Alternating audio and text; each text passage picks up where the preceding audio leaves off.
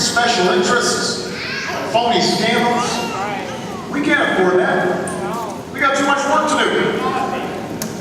We've got to build on the cornerstones of what it means to be middle class in America. A good job with good wages, a good education, a home of your own, affordable health care, secure retirements even if you're not rich, more ladders of opportunity for everybody to work for.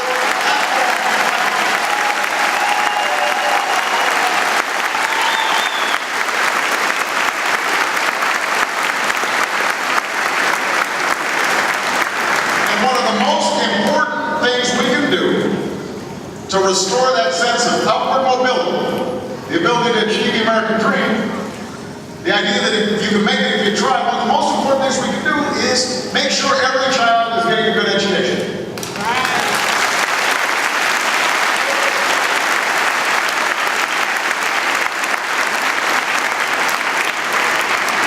And the students who are studying here, they understand that. That's why they've made sacrifices. That's why their family are making sacrifices.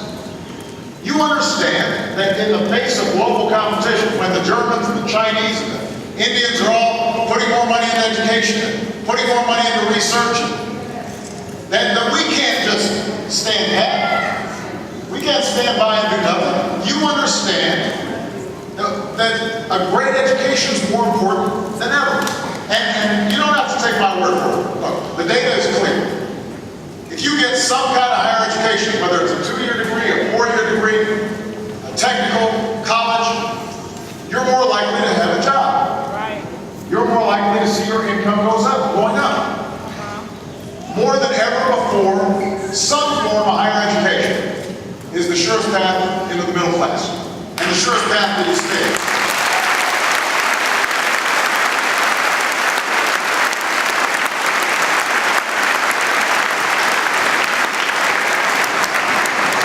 Here's the challenge.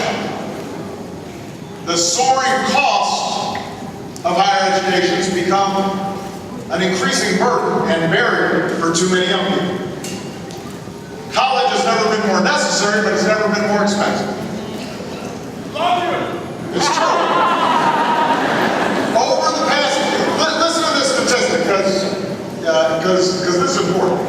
Over the past 3 decades, past 30 years, the average tuition in a public 4-year college has risen by more than 250%. Right? So it didn't just double. It went up 250%. The typical family income has only gone up 16%. So you do the math. I'm not a math major, but there are probably some good math people here.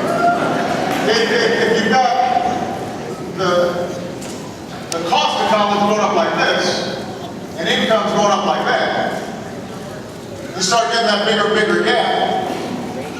And that means it's harder and harder for young people to afford college. And meanwhile, states have been cutting back on their higher education budgets. And let's face it, here in Pennsylvania, there have been brutal cuts to not just higher education, but education generally.